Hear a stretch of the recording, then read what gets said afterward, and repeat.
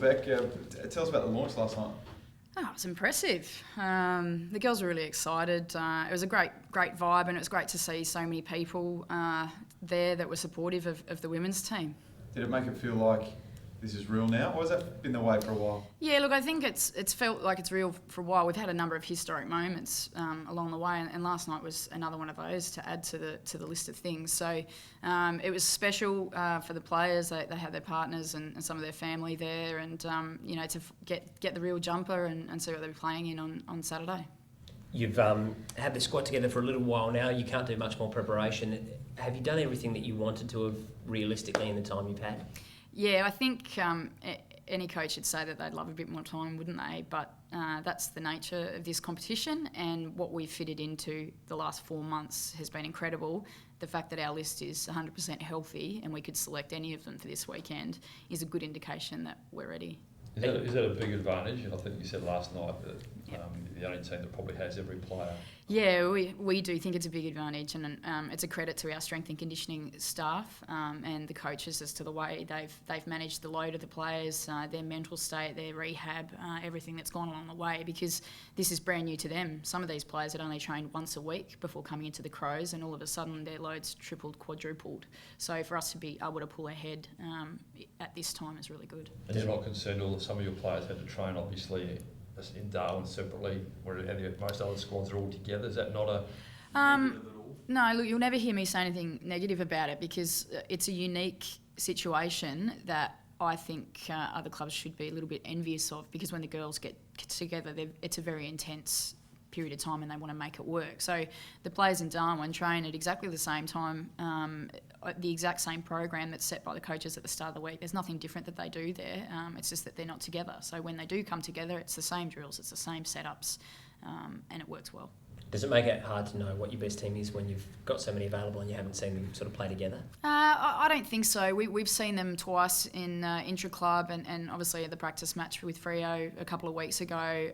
We drafted them all for a reason, and those qualities were on display in both of those games. So we're really comfortable with where everyone sits and how they fit into the team and what the best team is for this opposition this weekend. A lot of talk about the game and how it's going to go and all of that kind of thing. When the fans walk away tomorrow from the match and those that are watching it on TV, what do you want people to say about the match that they've just seen? I hope that they enjoy it. It will be exciting to watch. We think it will be fast footy. It'll be fast Crows football. We're going to be focusing on our attack on the ball and our attack on the player with the ball. And you get one chance to make a first impression, and that's it this weekend. How much research and analysis have you been able to do on GWS? Obviously still a lot of unknowns, but... Yeah, Mark, with my background coming from New South Wales ACT, I know a fair bit about the depth of their squad and where they sit. And conversely, the coaching staff of the Giants know a little bit about me and how I like to set my plans to attack. So we're really comfortable with the scout that we've done with them. There are some unknowns, how they work together as a team with some of the imports that they've got from Melbourne. That is a bit of an unknown entity. But we think that we've got the matchups right coming into round one, and we're putting the best team out there that we can to play them. What are you expecting out of them? There has been a lot of talk about predictions, that they've generally been sitting at the bottom there. You guys are around 6th or 7th. What are you expecting out of them? Yeah, look, I don't really want to focus too much on them. This week it has been all about us and how we're going to play footy tomorrow. The girls will get a bit of a briefing this afternoon on 3 points on the opposition that we'll be looking at to attack, and the rest is about us. So we hope that with our speed, and we've drafted quick players deliberately, that we're able to win the footy and win the contested ball especially, and kick a lot of goals. How important to start well against a team that is considered one of the lower ranked ones and playing at home as well, and obviously new competition? Look, I don't know if they are lower ranked. It's a hard thing to see. They're in a situation where they've got some of their players travelling from Canberra every week to training to Sydney, which is a little bit similar to the way that we have to work. So they've got their troubles in terms of how they work as a group, and we've got our troubles as how we work as a group. But we use that in a positive manner, and I'm sure that they will probably do the same thing. I'd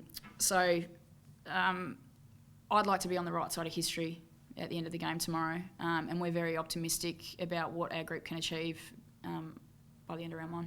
most clubs have got a couple of marquee players. You know, you've got obviously Chelsea and Aaron.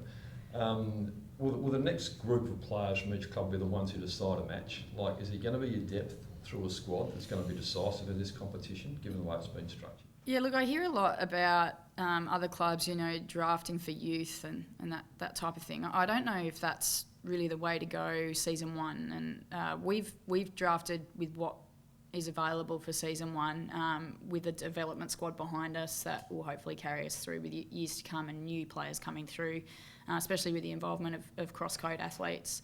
So I'm not sure that the depth of a list for such a short season in the first open season for this year is going to make a real difference.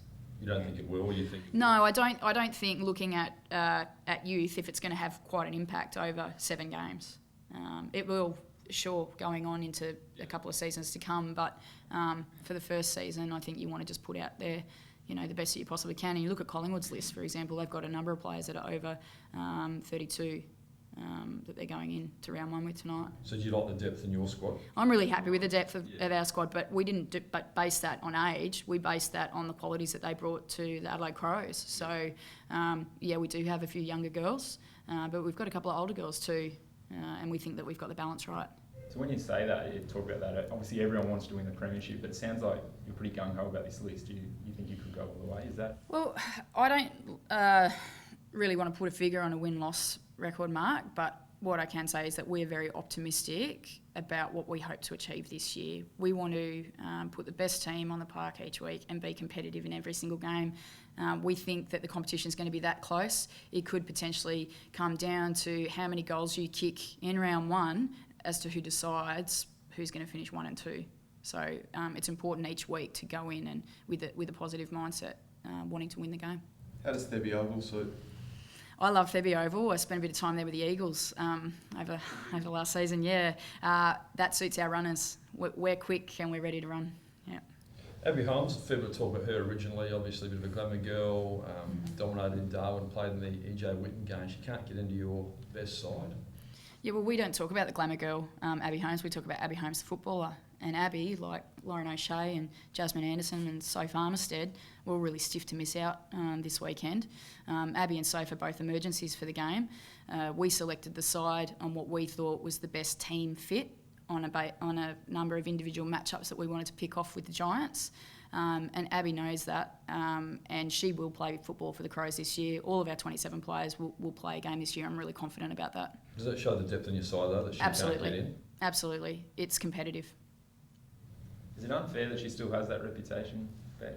It's just something that I've never considered. That's something, for Ab, and she's got her career, just like I've got my career, just like all of the girls have got their careers, whether they're mums, students, full-time workers, as well as working at the Crows. So Abs is a bit more public, but it's just not something that comes into consideration when we talk about selections.